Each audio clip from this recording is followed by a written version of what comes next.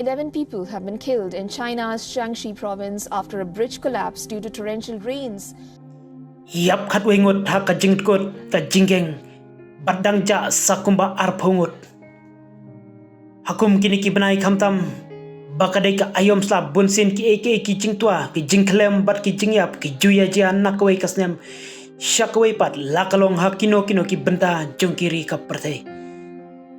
kari China kadai kawe na kiri bala shakta ba ha kini kisngi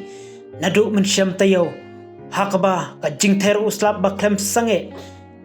balakta shisha yakayat kayang kipad ba kumjuru yaka khayi kapateng kahakasngi ba ar menta katiyo kumasanut kibriu kila doe yala ko jongka jingyam nakadaw jongka jingslay palat ka haki benda pedeng jongkari China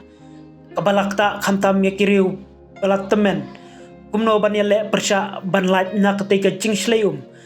kabalapoy syadu ki kerdop yung briu ka jingkiu jongka tay ka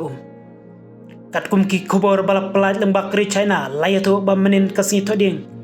kumbak khat wengut kibriu kila du no ialah ka jong ka jingim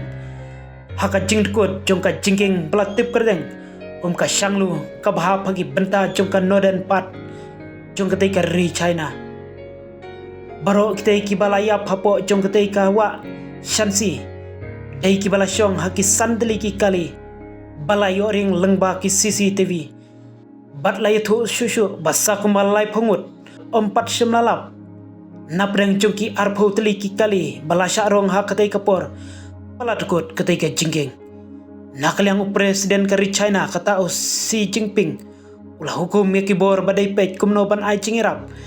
ne banwat kloi halor kitai ki badang ja hadu menda